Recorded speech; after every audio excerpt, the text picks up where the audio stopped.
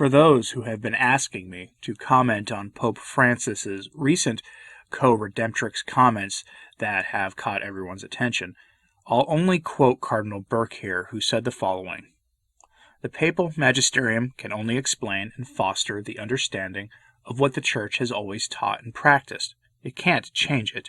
And so the idea that the Pope has the power to change the constant teaching of the Church is absurd." While some will say the Church never formally taught that Mary was co-redemptrix, the popes, doctors of the Church, and the theologians have taught it without contest for at least 600 years. In the history of the Church, that means the teaching is taken rather seriously, and that Francis is merely contradicting what his predecessors said on the matter, and that is rather easily demonstrable. The concept that Mary is co-redemptrix of humanity does not mean that she redeemed humans of original sin like her son did, but rather it means that she participated in that act through her suffering united to the will of God. That's all it means. It's a linguistic issue, one that is related to the difficulties of Latin and our age of Catholics choosing not to understand the sacred language of the Church and what it means. Other Catholic content creators here have given the treatment a much more thorough one than I have, and I recommend you check their work out on it. Now, that having been said, I'm here today to talk about something else, and it is in a strange way related. Cardinal Walter Brandmuller has issued a statement on the traditional Mass and St. Peter's Basilica. Brandmuller is one of the two remaining dubia cardinals, along with Cardinal Burke, and his knowledge of the hierarchy of the Church and the Roman Curia is rather extensive.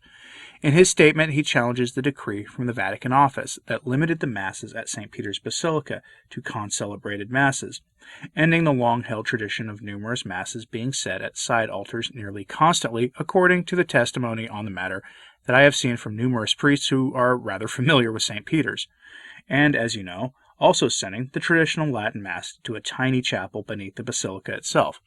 Cardinal Brandmuller is one of the more well-respected members of the Hermeneutic of Continuity wing of the Roman Curia, and has retired in the last few years.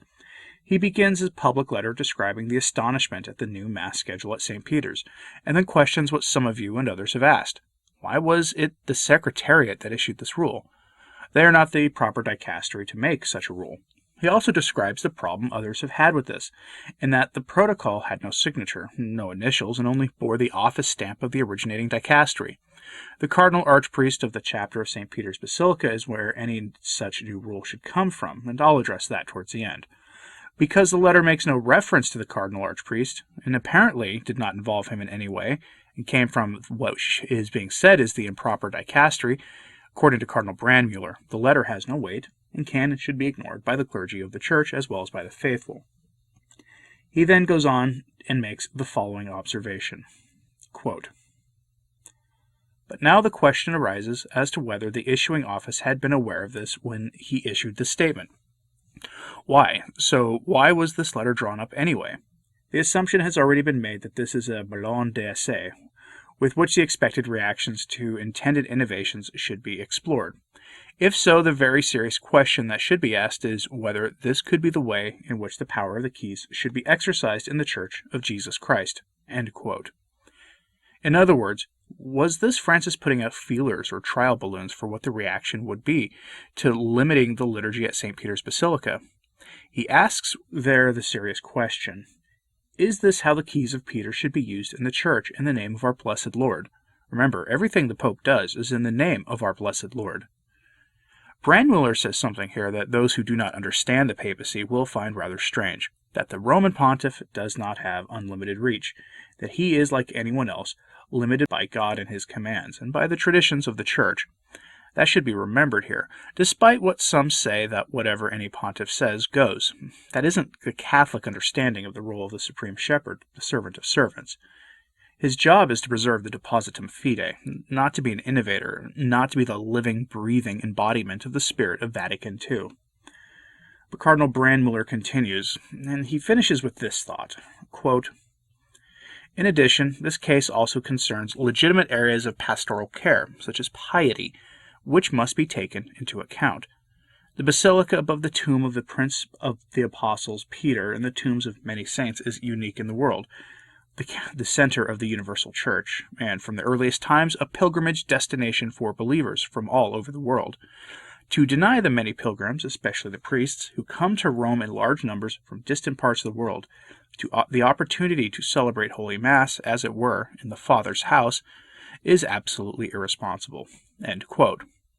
Now, some will say that there are plenty of parish churches in and around Rome that traveling priests can say the Mass at, along with their faithful, but remember, Cardinal Brandmuller knows the Vatican and Rome better than most, and most, if not all, of those parishes already have their own Mass schedules, their own clergy, and their own needs and external pressures that would make it very difficult, if not impossible, for these parishes to offer the use of their cranmer tables and high altars for the saying of these Masses, as well as the fact that the traditional Latin Mass is under the authority of the Bishop of Rome there, which in this case is Pope Francis, and who has, by all reports and rather easily demonstrable actions, limited the access to the traditional liturgy in the Archdiocese of Rome since practically the beginning. Just ask the Franciscan friars at the Immaculate about that.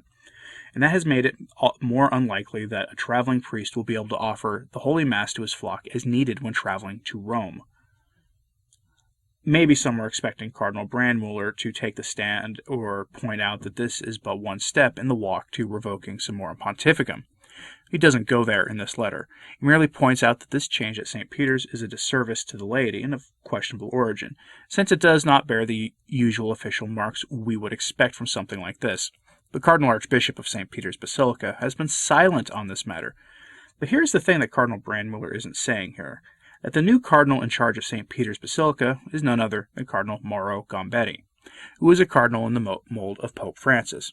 He is a modernist who was clearly appointed to bring the Basilica in line with Francis's vision for the Church and her liturgy, and he's only been a bishop since last November, which is interesting. And all of this goes back to Francis's odd take on St. Francis of Assisi, Pope Francis's clear namesake, which the presumed pontiff has said he has modeled everything in his papacy after, and that begs a lot of questions, of course. Would St. Francis of Assisi lead the Pac-Man Mama event? How about the thing at that ancient temple recently? Not to mention all of Laudato Si and Fratelli Tutti and all the rest of it. The answer to that seems obvious, but that isn't being seen by most observers. And Gambetti is from that same cloth, and so for Cardinal Brandmuller to point out that this document lacked Cardinal Gambetti's signature kind of misses the point. It was barely done 2 weeks after his appointment that this happened. Cardinal Gambetti became the head of the St. Peter's Basilica back in February, on February 11th precisely, and then this happened 3 weeks later or so, and it's not a coincidence. Gambetti was part of the process, even if he didn't sign it in a formal way. That's the latest update on the St. Peter's Basilica situation. Now, if you haven't seen my video from Friday on that topic, where travelers have described the Basilica as having more of a library or museum feel now than that of a basilica or great cathedral or some other great house of God, you should check that out. But let me know your thoughts on this in the comments, please, and like and subscribe as well. Please continue to pray for the Church. Thank you for listening. I'm Anthony Stine. Ave Maria.